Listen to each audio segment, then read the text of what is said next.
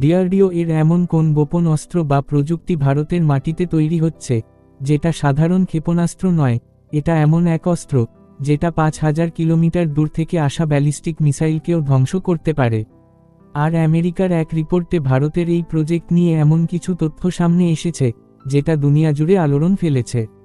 বন্ধুরা, কিছুদিন আগেও দুনিয়া ভাবত শুধু ইসরায়েলি আকাশ থেকে আসা হামলাগুলোকে থামাতে পারে। কিন্তু ভারত অপারেশন সিন্ধুর এর সময় ৯৫% থেকে ৯৯% আকাশ থেকে আসা হামলা ব্যর্থ করে দিয়ে আমেরিকাকেও চমকে দিয়েছে। আর তখন তো শুধু আকাশ মিসাইল S-400 আর QRSAM এর মতো অস্ত্রই ব্যবহার করা হয়েছিল। ভাবো, ভারত তখনও তার আসল ব্রহ্মাস্ত্র ব্যবহারই করেনি, সেটা তখন শুধু ব্যাকআপ হিসেবে রাখা ছিল।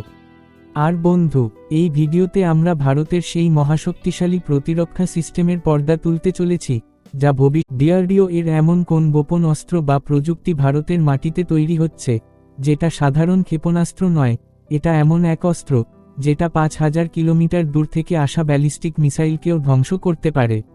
আর আমেরিকার এক রিপোর্টে ভারতের এই প্রজেক্ট নিয়ে এমন কিছু তথ্য সামনে এসেছে, যেটা দুনিয়া জুড়ে আলোড়ন ফেলেছে। বন্ধুরা, কিছুদিন আগেও দুনিয়া ভাবত শুধু ইসরায়েলি আকাশ থেকে আসা হামলাগুলোকে থামাতে পারে।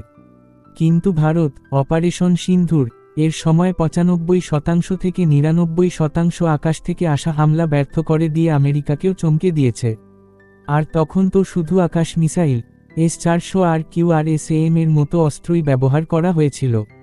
ভাবো, ভারত তখনও তার আসল ব্রহ্মাস্ত্র ব্যবহারই করেনি, সেটা তখন শুধু ব্যাকআপ হিসেবে রাখা ছিল। আর বন্ধু, এই ভিডিওতে আমরা ভারতের সেই মহাশক্তিশালী প্রতিরক্ষা সিস্টেমের পর্দা তুলতে চলেছি, যা